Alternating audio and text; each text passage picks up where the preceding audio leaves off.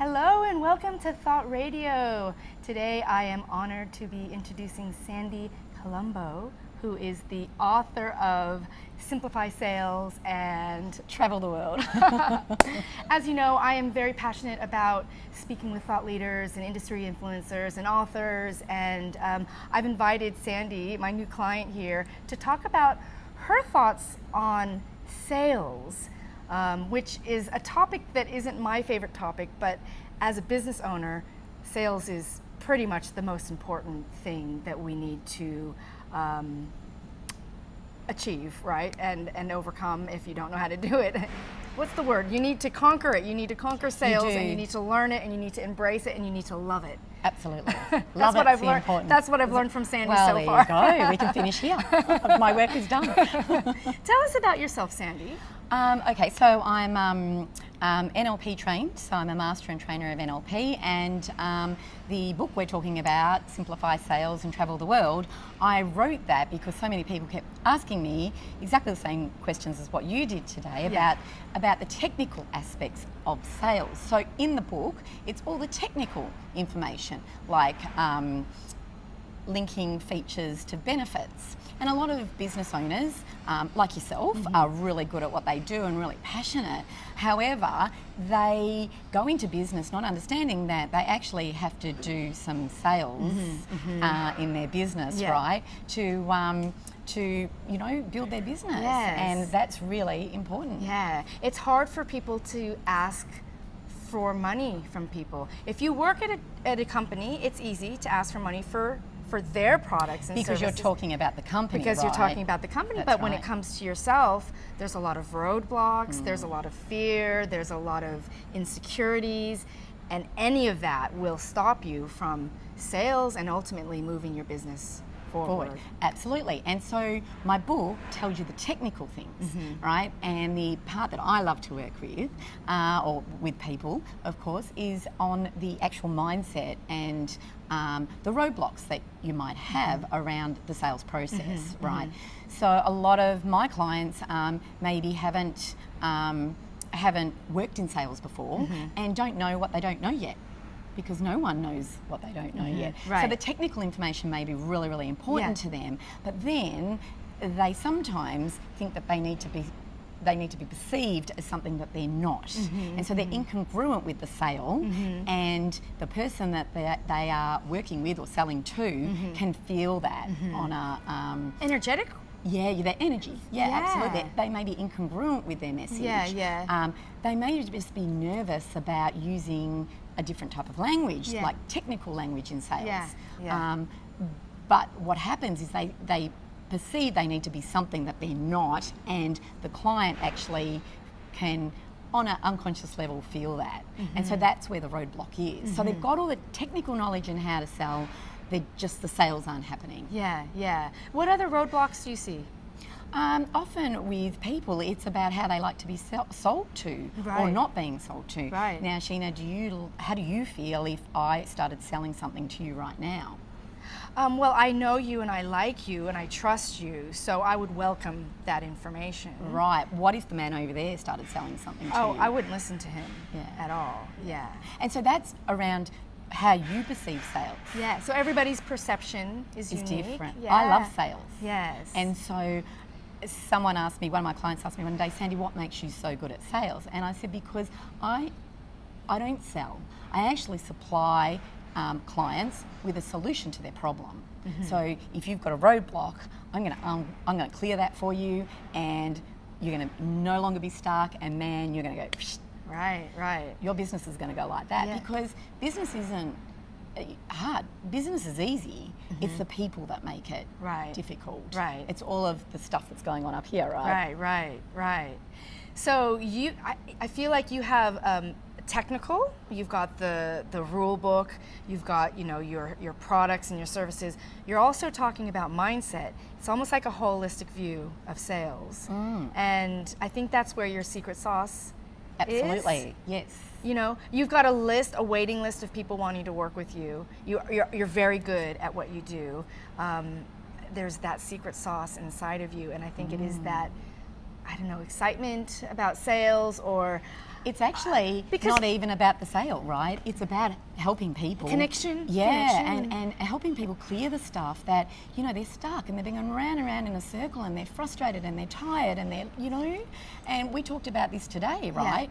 Yeah. And it's exhausting. Yeah. So can I ask you, what did you learn today? I learned that it's very important to take care of your subconscious mind, because your subconscious mind is the one that's actually doing most of the work. So you told me that I'm always working, I'm constantly at the computer, and I don't take a lot of time out for myself. And so what that means is that my inner child or my subconscious mind is exhausted, doesn't want to work. Right.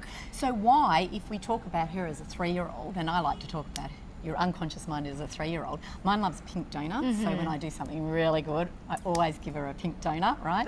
So why would she attract any more clients to you if you're treating her like that, right? If you're always at the computer, your unconscious mind's like, well, whoa, I don't want to be at the computer anymore, I want to go to the beach, yeah, I want to go for a walk, I want to go on holidays to Bali. Yes. Why would I give you any more clients if you're treating me like this? Yes. Doesn't make any sense, yes, right? Yes. And this is a very simplistic way of looking at it. But it you know, it's an energy, right? Yeah. And then along that same point is that I do find some of my clients, sales are just not happening. It's just not happening. Whatever they're doing, they're just not happening. And I sometimes suggest maybe you're on the wrong path, because if you were on the right path, sales would be working. Yeah, absolutely. So what are your thoughts on that? That's about being congruent with your message, right? So it's being congruent and doing what you love. A lot of people look at a business and go, oh, this is where I can make money, right?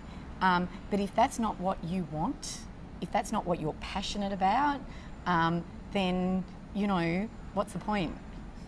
Right, and you may make some money out of that, but it becomes hard work, and no one wants to work hard. And it's a little bit like what we tell our children, right? Find what you love, do it, and you'll never work a day in your life. Maybe some of us, you know, adults need to take the advice we give our children. Yeah. What about the chat we had about the energy flow of even if it's a contra deal or whether it's a paying client? So I call that the circle of energy. So regardless of the relationship, so whether it's with your husband, your wife, you know, people that you know through business, there needs to be an exchange of energy. Now, it's not always going to be 50%, but sometimes it's 80% one way and 20% the other way, and sometimes it's reversed, right? But it needs to be an exchange of energy so that you have a circle, so that, you know, if you're going to do a contra deal, then you're clear on what that contra deal is, and that you're giving that service or your IP, right, to that person in exchange for something else. And what I see a lot of businesses do is give away a lot of their IP and a lot of their information without that circle of energy or without that small agreement being in place. And that's giving away your power. I also, from personal experience, sometimes treat my clients as friends, and I once learned that your clients don't need new friends. You know, they want people to solve their problems, and that becomes a little grey as well when you do that. Can you answer some? Look, absolutely, and I would say that's exactly the same with parenting, right?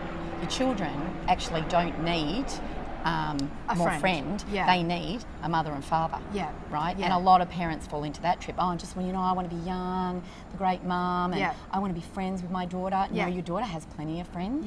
You want to be her mother, and so there's a different set of boundaries for that, right? It's the same thing. So it's understanding the different hats that we wear, and the different roles that we you know, we have, and having an agreement around that.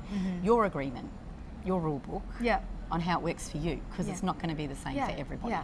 And so do you have different rule books for your corporate clients and then your small business clients? I mean, have you niched yourself? Yeah, absolutely. And but my rule book's about me and what I'm happy about. And then my clients come. And if they don't like my rules, it's a little bit like your friendships, right? If it's not working anymore, then it's not working. But I see a lot. This is where sales gets a bad name, right? Flogging the dead horse. No, but you've got to be my client, and you know, and keep. But you know what? you've said no. Yeah. So we've moved on. Yeah. So look for your hungry crowd. Look for the people who love you and trust you and want to work with you. Yeah. Not everybody's going to be your client. Yeah. You're not going to appeal to everyone. And the best thing that you said today was that some of the biggest mistakes are your best gifts. Absolutely. Your best gifts. Absolutely. What have you learned? It's the school of business, School of life, business, right? yes. Right? And if you're not doing so well at the moment, remember, you're just investing in your learning of your business. Yeah. Right? And business is not, I mean, you've got great ideas, big plans.